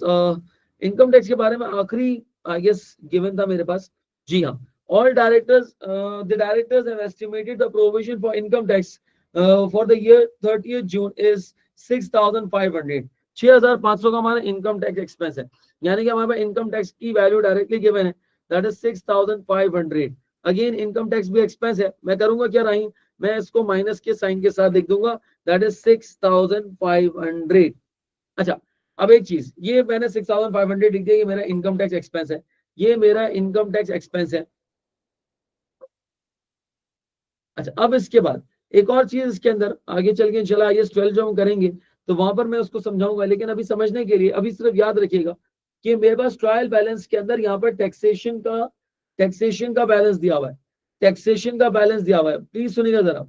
टैक्सेशन का बैलेंस दिया हुआ है, और ये टैक्सेशन का जो बैलेंस दिया हुआ है ये डेबिट बैलेंस दिया हुआ है। एक स्टेटमेंट में कहता हूँ उसको भी फिलहाल याद कर लें, आगे चल के आईएएस 12 के अंदर उसकी क्लेरिफिकेशन मिल जाएगी आपको कि जब भी टैक्सेशन का डेबिट बैलेंस दिया हुआ हो, जब भी टैक्सेशन का डेबिट बैलेंस दिया हुआ हो, it means it's an under provision. It means it's an under provision. It means it's an under provision. ये अंडर प्रोविजन है, ये पिछले साल का अंडर प्रोविजन है, यानी कि पिछले साल आपने कम टैक्स दिया था, पिछले साल आपने कम टैक्स एक्सपेंस रिकॉर्ड किया था, क्यों क्या कैसे उसकी डिटेल आईएएस 12 में देखेंगे। आपने पिछले साल इनकम टैक्स कम रिकॉर्ड किया था, इसलिए डेबिट बैलेंस शो कर रहा है। अगर इसी का 1300 का क्रेडिट बैलेंस दिया हुआ हो, which means it's an over provision, over taxation. पिछले साल आपने इनकम टैक्स ज्यादा रिकॉर्ड कर दिया था, अभी फिलहाल डेबिट बैलेंस है, it means it's an under taxation. पिछले साल आपने कम टैक्स रिकॉर्ड किया है तो ऑब्वियसली इस साल टैक्स एक्सपेंस बढ़ाना पड़ेगा। तो मैं करूंगा क्या, मैं 1300 को इस साल के टैक्स एक्सपेंस के अंदर ऐड कर दूंगा।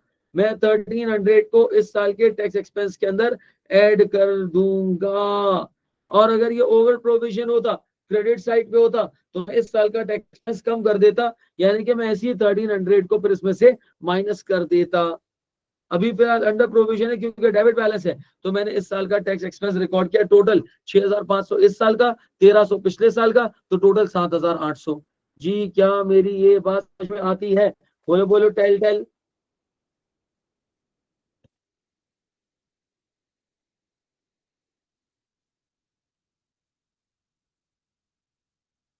जी बताएं जरा प्लीज, राहीन, मरियम, मोहम्मद अली, मुस्कान, क्या मेरी ये बात समझ में आ रही है?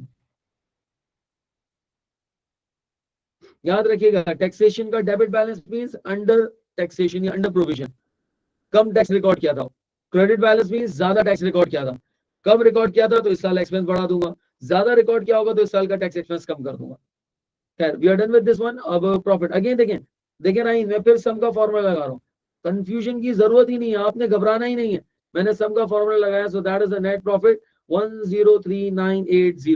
103980, ये हमने अपना इनकम स्टेटमेंट यहाँ पर ड्राफ्ट कर लिया। But this is not the and, क्योंकि हमें बैलेंस शीट भी बनानी है, तो हम थोड़ा सा राइट पे आते हैं और राइट पे हम बैलेंस शीट बनाएंगे। And we all know that balance sheet के अंदर हम लोग सबसे पहले लेंगे एसेट्स, और एसेट्स के अंदर हमारे पास दो तरह के एसेट्स होते हैं नॉर्मली। पहले हम लेंगे यहाँ पर non current assets.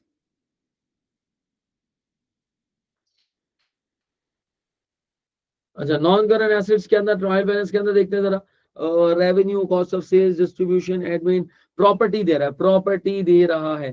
So property अगर हम लें तो प्रॉपर्टी के अंदर, अच्छा प्रॉपर्टी के अंदर प्रॉब्लम ये कि प्रॉपर्टी के अंदर दो तरह की प्रॉपर्टी है, मतलब दो हैं, एक लैंड है और एक बिल्डिंग है। तो प्रॉपर्टी की वैल्यू अगर हम यहाँ पे लिखें तो याद रखिएगा हमें बुक वैल्यू लिखनी है। लैंड की वैल्यू हमारे पास दी हुई है, दैट इज 30,000 आई गेस थी जी, 30,000। 30,000 हमारे पास यहाँ पे वैल्यू थी, प्लस इसके अंदर हम प्लस करेंगे, क्या प्लस करेंगे, दैट इज दी बिल्डिंग। अच्छा, बिल्डिंग के अंदर से आपको एक्यूमुलेटेड डेप्रिसिएशन को माइनस करना पड़ेगा।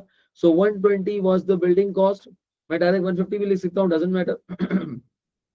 इसमें से पहले तो माइनस करेंगे प्रीवियस ईयर का एक्यूमुलेटेड डेप्रिसिएशन, जो कि प्रॉपर्टी का दिया हुआ है 38,400, क्योंकि हम बुक वैल्यू के ऊपर एसेट को शो करेंगे 38,400। सर क्या हम इसको अलग अलग लिख के माइनस कर सकते हैं? क्या मतलब, बताता हूँ क्या। ये प्रीवियस ईयर का एक्यूमुलेटेड, इस साल का जो डेप्रिसिएशन है वो भी माइनस करना पड़ेगा।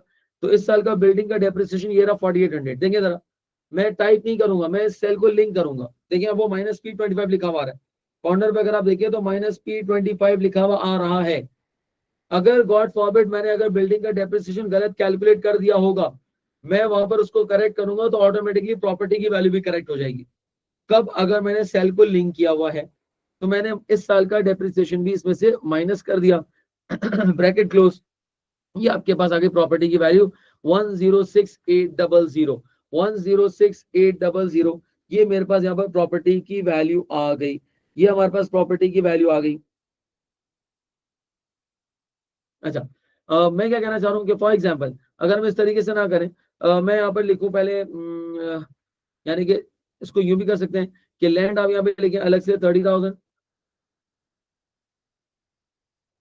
और फिर आप यहाँ पर लिखें बिल्डिंग, और उसको आपने लिखा 1,20,000। फिर उसमें से आपने लिखा एक्यूमुलेटेड डेप्रिसिएशन, और एक्यूमुलेटेड डेप्रिसिएशन आपने लिखा कितना था, एक्यूमुलेटेड डेप्रिसिएशन वाज 38,400, और 38,400 प्लस इस साल का जो डेप्रिसिएशन था दैट वाज दी 4,800, और ये आपने ब्रैकेट क्लोज किया। और चूंकि हमें इसको माइनस करना होगा तो उसको माइनस के साइन के साथ लगाएंगे, और फिर हम इसका सम करें 106800, ये भी कर सकते हैं।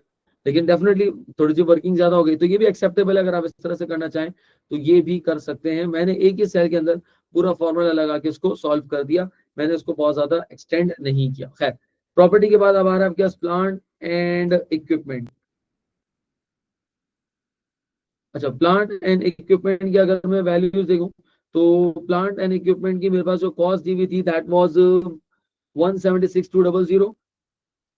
176,200, इसमें से हम माइनस करेंगे एक्यूमुलेटेड डेप्रिसिएशन, प्रीवियस ईयर का जो एक्यूमुलेटेड डेप्रिस 48,600। सो 48,600।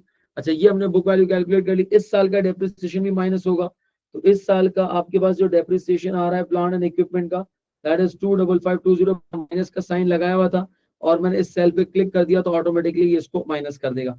अच्छा, ये अब मेरे पास क्या आ जाएगी, ये मेरे पास आ गई प्लांट एंड इक्विपमेंट की बुक वैल्यू। लेकिन इसके अंदर फिर हमने करा क्या सर, हमने यहाँ पर जो है वो एक एसेट को इम्पेयर किया है।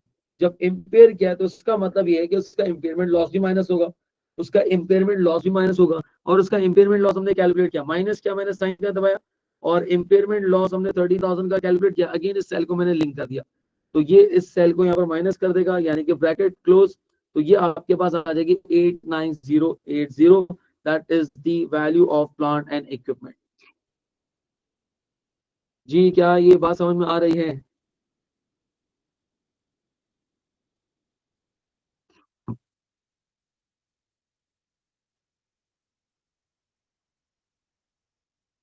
जी, बताइए जरा, मुस्कान, मरियम, अली।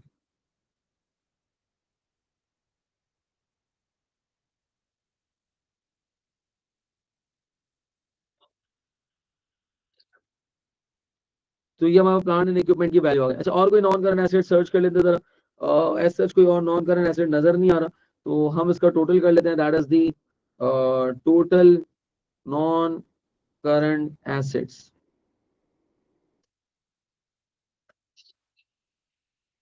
और इसका हम सम कर लेते हैं, सम का फॉर्मूला लगाया और हमने उसको टोटल कर लिया, तो ये आपके पास यहाँ पर आ गया non current asset. Now let's move on towards the current assets. अच्छा, पेपर में अगर आपको लगता है टाइम कम है तो आप ये क्लासिफिकेशन ना करें, नॉन करंट और करंट को अलग करने की जरूरत नहीं, आप एक साथ ही कर दें। पेपर में अगर टाइम बचे तो फिर एक्सेल की ऐसी बात है, कोई हेडिंग या रॉ को इंसर्ट करना कोई मुश्किल काम नहीं है, तो वहां पर आप बाद में जो है वो हेडिंग डाल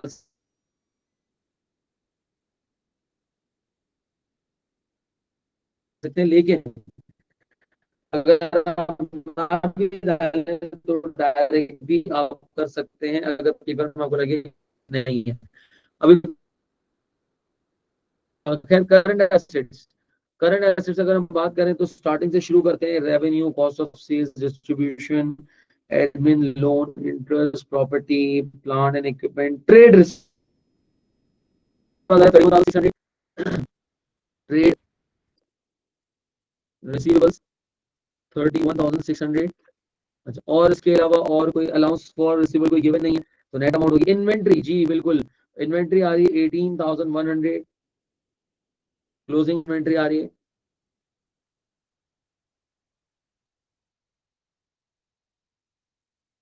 18,100। अच्छा, इसके अलावा और कोई करंट एसेट, बैंक, अच्छा बैंक ने यहाँ पे लिख दिया बैंक 1950। और फिर उसके बाद ट्रेड पेबल लाइबिलिटी है, लाइबिलिटी सारी गिवन है इसके अंदर। और कोई फिलहाल हमारे पास यहाँ पर करंट एसेट्स गिवन नहीं है, तो आए जरा करंट एसेट्स का टोटल कर लेते हैं हम।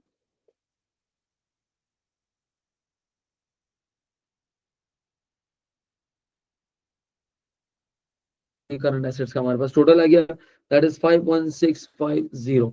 अच्छा, इसके बाद अब टोटल एसेट्स कर लेते हैं जरा कि टोटल एसेट्स कितने बन रहे हैं।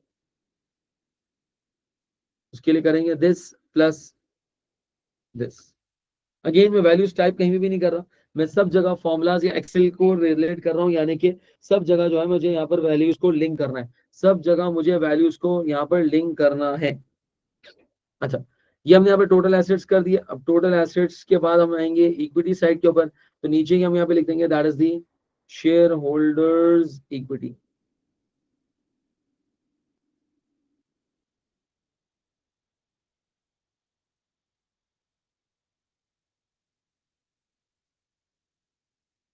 अच्छा, शेयर होल्डर्स इक्विटी के अंदर सबसे पहले हमारे पास आता है that is the ordinary share capital. अच्छा, ऑर्डिनरी शेयर कैपिटल के अंदर हमारे पास ऑर्डिनरी शेयर कैपिटल हमारे पास ऑलरेडी गिवन है, that is I guess 50,000। Yes, 50,000 और प्रीमियम दिया हुआ है 9,000। 50,000 एंड 9,000, तो 50,000 और 9,000 शेयर प्रीमियम है, शेयर प्रीमियम। और इसके अलावा कोई इक्विटी का कंपोनेंट अगर देखें, रिटेन अर्निंग हमारे पास दिया हुआ है। रिटेन अर्निंग का ओपनिंग बैलेंस दिया हुआ है 11,450। राहीन लैंड को मैंने जो है वो उसी प्रॉपर्टी के अंदर ले लिया है, यानी कि मैं आपको दिखाऊं कहाँ गया, यानी कि प्रॉपर्टी की जो मैंने कैलकुलेशन की है ना, इसके अंदर 30,000 जो ये लैंड की है, ये देखें, ये 30,000 लैंड की ही है, और ये 1,20,000 बिल्डिंग की, यानी कि दोनों के मिला के 1,50,000। पर द लैंड डेप्रिशिएट तो होती नहीं है, तो उसका डेप्रिसिएशन वगैरह माइनस करने की जरूरत ही नहीं थी। जी राहीन, क्लियर है यहाँ तक।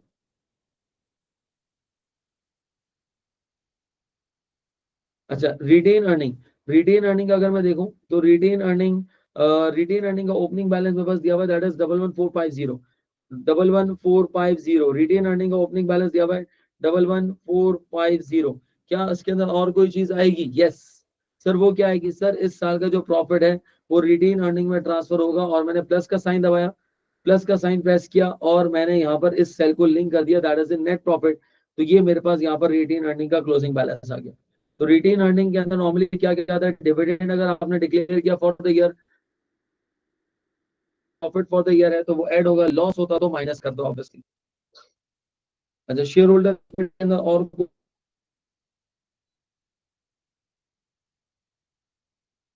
कोई कंपोनेंट नहीं, और कोई अकाउंट बैलेंस नहीं है, तो हम एक काम करते हैं, कर लेते हैं टोटल।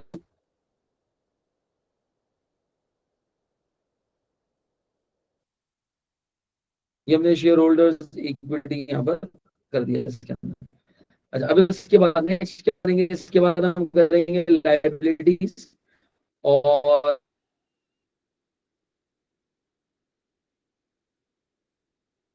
लाइबिलिटीज के अंदर भी हम उसको बाइफरकेट कर देते हैं लॉन्ग टर्म और करंट लाइबिलिटीज के अंदर। Long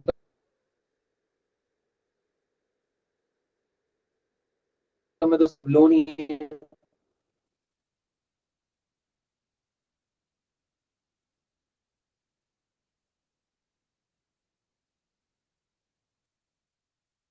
long term liabilities.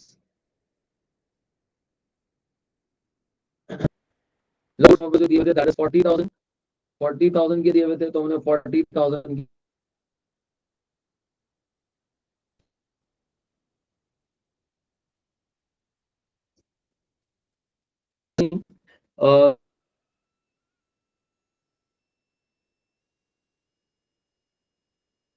Current liability के अंदर सबसे पहले हमारे पास आ रही थी ट्रेड पेबल। और ट्रेड पेबल हमारे पास आ रहा है 25,400। ट्रेड पेबल 25,400 कर चुके हैं। लोन नोट हम ऑलरेडी कर चुके हैं। लोन नोट हम ऑलरेडी कर चुके हैं।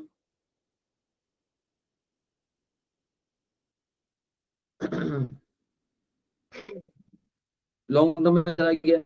अच्छा, इसके अलावा टैक्सेशन। टैक्सेशन याद रखिए,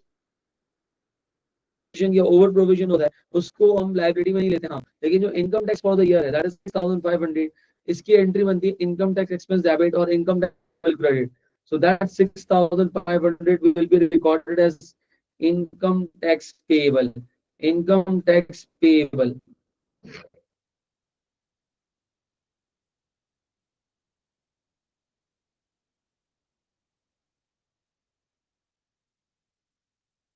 6,500 ओवर या अंडर प्रोविजन की याद रखिएगा, पेबल के अंदर नहीं आता, वो एडजस्ट हो जाता है। यानी कि अगर आपने कम रिकॉर्ड किया होगा तो इस साल हम एक्सपेंस को बढ़ा देंगे, ज्यादा रिकॉर्ड किया होगा तो इस साल एक्सपेंस को हम कम कर देंगे, उसका लायबिलिटी पे कोई इम्पैक्ट नहीं आता।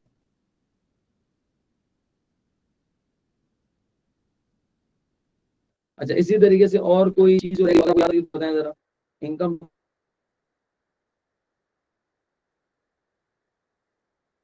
टैक्स भी रिकॉर्ड कर दिया, कोई चीज रह तो नहीं गई।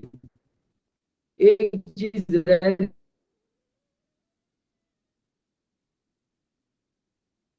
गई क्या, बताएं जरा, थोड़ा सा रिकॉल करने की कोशिश करें।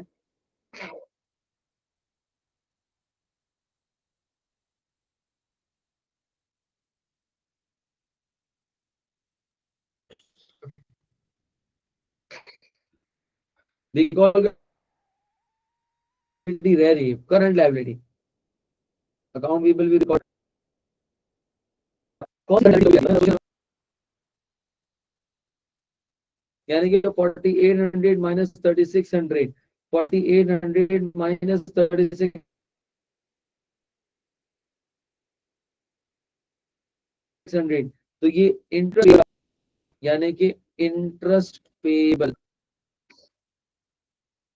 यानी कि ये 40,000 के ऊपर हमने कैलकुलेट किया था 12%।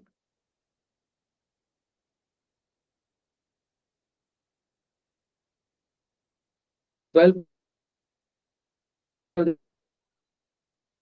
और कोई करंट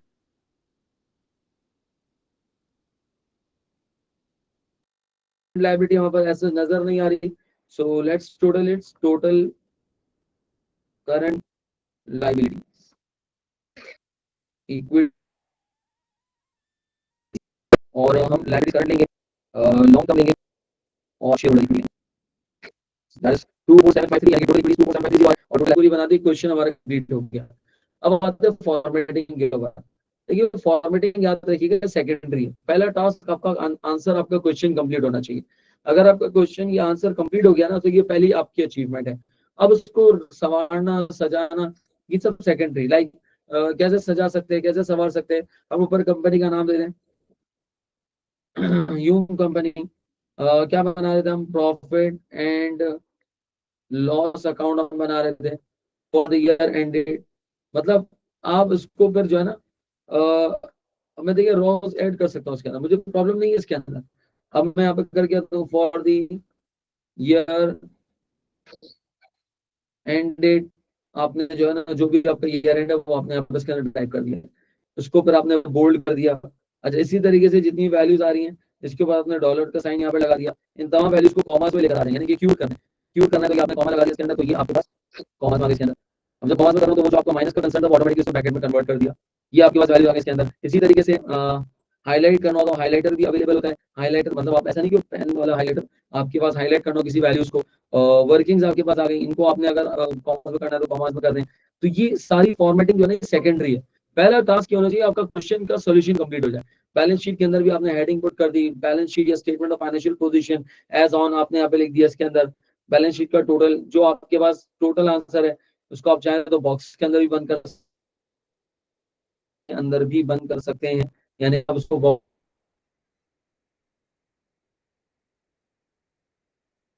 के अंदर बंद कर दें। ये बॉक्स के अंदर बंद हो गया। चाहिए कि आपका आंसर कभी भी इफ यू क्लाइंट का टाइम हो सो डेफिनेटली आप उसकी फॉर्मेटिंग के ऊपर काम कर सकते हैं, कलरफुल भी बना सकते हैं। फॉर एग्जांपल आपने कहा कि यार एसिड जो है ना वो अजीब सा लग रहा है, बिल्कुल फीका फीका सा लग रहा है, तो आप उसके ऊपर कर दे कलर, कौन मना कर रहा करते हैं। फिर आप कलर लिखते हैं उसके अंदर हाईलाइट कर दे उसको। तो ये आपके पास ये जो फॉर्मेटिंग के जो मामला आते हैं ना, ये सब सेकेंडरी है। पहली फुर्सत में आपका जो है ना वो सोल्यूशन कंप्लीट होना चाहिए। सोल्यूशन अगर कंप्लीट हो गया तो फिर आपको प्रॉब्लम नहीं होगी। जी, क्या ये बात समझ में आ रही है? यहाँ तक किसी का सवाल, कोई क्वेश्चन, कोई कंसर्न, कोई प्रॉब्लम तो बताएं जरा। जी, anyone?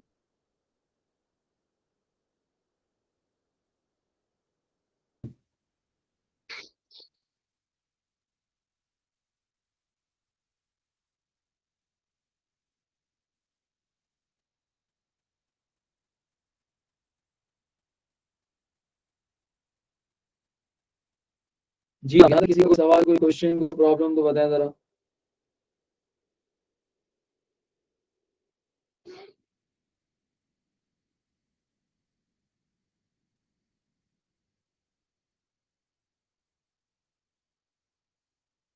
Hello.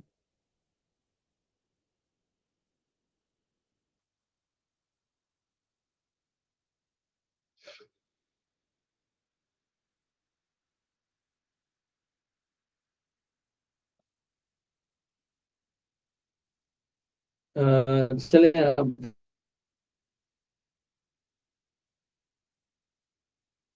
Thank you so much, and this was all from the session. Session का ऑब्जेक्टिव ये है कि को कैसे मैनेज करना है, आपको प्रेजेंटेशन करनी है, किस तरीके से सारा काम करना है, ये सारी चीजें हमने इस सेशन के अंदर यहाँ पर सीखी। मेक श्योर करें कि क्वेश्चन को फिर से रीटाइम करें और खुद से ट्राई करें, और देखिए टाइम लगेगा, इट विल टेक टाइम। हो सकता है इस क्वेश्चन को आप जब सॉल्व कर रहे हो 1 डेढ़ घंटा लगेगा, डजेंट मैटर। बहुत सारे स्टूडेंट इसलिए क्वेश्चन सॉल्व नहीं करते कि सर टाइम ज्यादा लग रहा है। अरे अल्लाह के बंदे, तो टाइम ज्यादा लग रहा है तभी तो कर रहा हूँ। आप कुछ नहीं, सिर्फ 8 से 10 क्वेश्चन अगर आपने एक्सेल पे प्रॉपर सॉल्व कर लिया ना, ऑटोमेटिकली आपकी स्पीड डेवलप हो जाएगी। आप खुद ब खुद जो है 30 to 40 मिनट्स के अंदर आप ये क्वेश्चन इंशाल्लाह सॉल्व कर लेंगे। एक्सेल का क्वेश्चन करने के लिए आपको 35 to 40 मिनट्स का टाइम जो है तकरीबन 45 मिनट्स, 45 to 50 मिनट्स जो है आपको चाहिए होंगे। अगर आपको 1 डेढ़ घंटा लग रहा है, डजेंट मैटर, कोई इशू नहीं, टेक योर टाइम। लेकिन जब आप 1 2 मरतबा, 3 मरतबा, 5 6 मरतबा आगे के चैप्टर्स के अंदर भी एक्सेल के क्वेश्चंस होंगे, उसको भी आप अटेम्प्ट करें। जब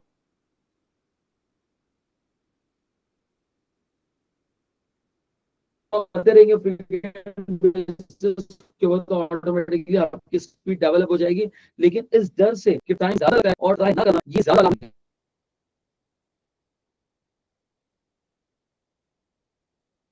सो माय आर्गुमेंट इज कि प्लीज इसको ट्राई जरूर कीजिएगा। आगे के अंदर ऐसे क्वेश्चंस आएंगे तो उसको भी आपने, will continue onwards in the next class. Thank you so much.